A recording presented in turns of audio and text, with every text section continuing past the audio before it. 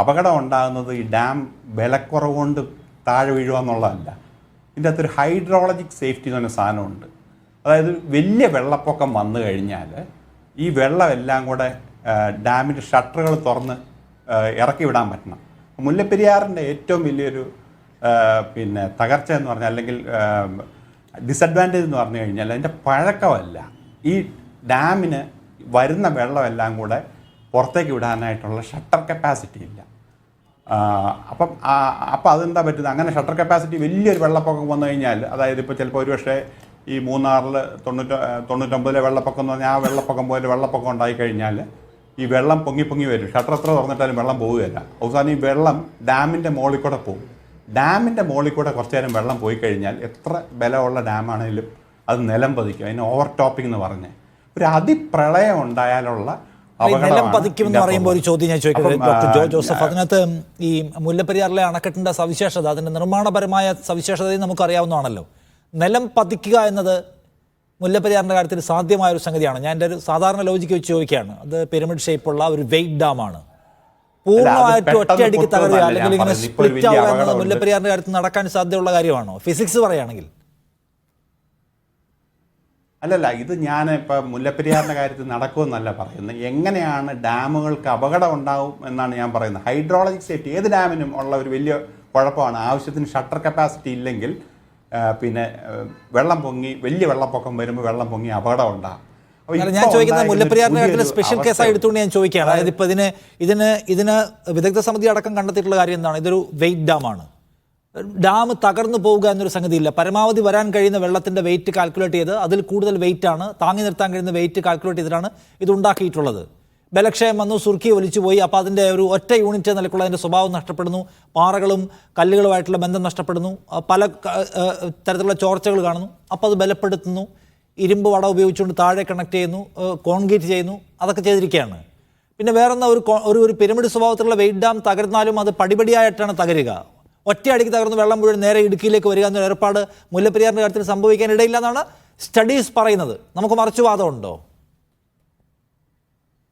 അല്ല, ഞാൻ ഈ ഡാം പൊട്ടുമെന്നോ അല്ലെങ്കിൽ ഇത് നിലം പതിക്കുമെന്നുള്ള വാക്ക് നിങ്ങളത് മറന്നേക്ക്. അതല്ല പറയുന്നത്. ഡാമിനൊരു ഹൈഡ്രോളജിക് സേഫ്റ്റി ഇഷ്യൂ ഉണ്ട് എന്ന് പറഞ്ഞപ്പോൾ നാളെ പൊട്ടിപ്പോകുമെന്നോ അല്ലെങ്കിൽ നാളെ കഴിഞ്ഞ് പൊട്ടിപ്പോകുമെന്നോ അല്ല ഇത് പറയുന്നത്. ഈ ഡാമിന് ഇൻഹറൻ്റ് ആയിട്ടുള്ള ചില പ്രോബ്ലംസ് ഉണ്ട്. അതിൻ്റെ അകത്തുള്ള പ്രാധാന്യം എന്താണെന്ന് വെച്ച് കഴിഞ്ഞാൽ, പണ്ടൊക്കെ ഇവിടെ 10-50 വർഷം 60 വർഷം കൂടുമ്പോൾ ഒരു വലിയ വെള്ളപ്പൊക്കം വരും. ഇപ്പം അങ്ങനെയല്ല. ഈ കാലാവസ്ഥ വ്യതിയാനം കാരണം പണ്ട് അറബിക്കടലിൽ സൈക്ലോണും വലിയ ചുഴലിക്കാറ്റും ഒന്നും ഇല്ല. ഇപ്പം അങ്ങനെയല്ല. അറബിക്കടലിൽ 1-2 വർഷം കൂടുമ്പോൾ ഈ വലിയ ചുഴലിക്കാറ്റും സൈക്ലോൺസും ഒക്കെ വരുമോ. പണ്ടൊക്കെ നമ്മുടെ ബേ ഓഫ് ബംഗാളിലായിരുന്നു ഈ ചുഴലിക്കാറ്റ് മുഴുവൻ. അവിടെയാണ് വലിയ വെള്ളവും ഈ സൈക്ലോൺസൊക്കെ വന്നുകൊണ്ടിരുന്നത്. ഇപ്പം ഈ കാലാവസ്ഥ വ്യതിയാനത്തിൻ്റെ ഭാഗമായി ഈ മുല്ലപ്പെരിയാറിന് ഹൈഡ്രോളജിക് സേഫ്റ്റിയിൽ വലിയ പ്രശ്നങ്ങളും ഉണ്ടാകാൻ സാധ്യതയുണ്ട്. ഇപ്പോൾ 2011 പരിശോധന കഴിഞ്ഞിട്ട് ഒരുപാട് വ്യത്യാസങ്ങൾ വന്നില്ല. ഡാം തന്നെ 10-12 വർഷം പഴക്കമുള്ളതായി. അപ്പോൾ പുതിയൊരു പരിശോധനയിൽ നമുക്കൊന്നും കിട്ടുകയില്ലെന്ന് പറയാനൊക്കെ ഇല്ല. തീർച്ചയായിട്ടും എന്തെങ്കിലും ഈ ഡാമിന് അപകടം ഉണ്ടെന്ന് അവർ കണ്ടുപിടിക്കും. ഉണ്ടെങ്കിൽ അവർ കണ്ടുപിടിക്കുമെന്ന് തന്നെയാണ് എൻ്റെ വിശ്വാസം. ശരി, കണ്ടുപിടിക്കുന്നതാണ്. നമുക്ക് അക്കാര്യത്തിലുള്ളൊരു ഹോപ്പ് അതാണ്.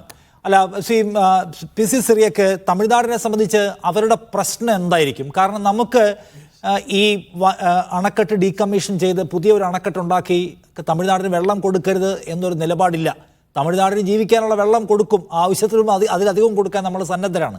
നമ്മുടെ സുരക്ഷാ പ്രശ്നം പരിഹരിക്കണം. തമിഴ്നാടിന് വെള്ളം, കേരളത്തിന് സുരക്ഷ, ഇതാണ് നമ്മുടെ സ്ലോഗൻ തന്നെ. എന്നിട്ടും അതിനകത്തൊരു ഒരു ധാരണയിലേക്ക് പോകാൻ തമിഴ്നാടിന് കഴിയാത്തത് ഈ ഓണർഷിപ്പുമായി ബന്ധപ്പെട്ട ഈഗോ ഇഷ്യൂ ആണോ? അതോ പുതിയ കരാർ വരുമ്പോൾ ഞങ്ങളുടെ ജില്ലകൾ തരിശായി പോകുമെന്ന ഭയപ്പാടാണോ? അതൊന്നുമല്ല. വാസ്തവത്തിൽ ഒരു പുതിയ ഡാം കെട്ടുക എന്ന് പറയുന്നത് ഇത് വാസ്തവത്തിൽ അത് തീരെ അപ്രായോഗികമായിട്ടുള്ള ഒരു കാര്യമാണ് നമ്മൾ പറയുന്നത്.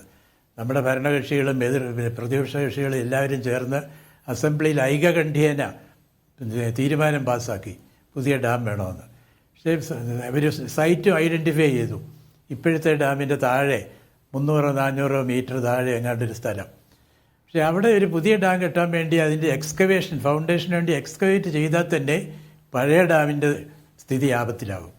അത്രയും വലിയൊരു കുഴി അവിടെ കുഴിച്ചു കഴിഞ്ഞാൽ ഈ പുതിയ ഡാമിൻ്റെ വിസിനിറ്റിയിൽ 1 കിലോമീറ്റർ ദൂരെ ആണെങ്കിൽ പോലും തീർച്ചയായിട്ടും മണ്ണ് താഴോട്ട് ഇടിഞ്ഞു വീണ് പഴയ ഇപ്പോഴത്തെ നിലനിൽക്കുന്ന മുല്ലപ്പെരിയാർ ഡാം അപകടത്തിലാകാനുള്ള എല്ലാ സാധ്യതയുണ്ട്. രണ്ടാമത്, ഈ പുതിയ ഡാമിന് വേണ്ടി ഇപ്പം 2000 കോടിയെങ്കിലും മുടക്കേണ്ടി വരും. ഈ ഒരു മുടക്കുന്നത് നമ്മളായിരിക്കും, തമിഴ്നാടിന് പ്രശ്നമില്ല. പക്ഷേ ഈ ഡാം അപകടത്തിലാകുന്ന ഒരു ദയനീയമായ സ്ഥിതി അങ്ങനെ വന്നു കഴിഞ്ഞാൽ തമിഴ്നാടിന് വെള്ളം എങ്ങനെ കിട്ടും?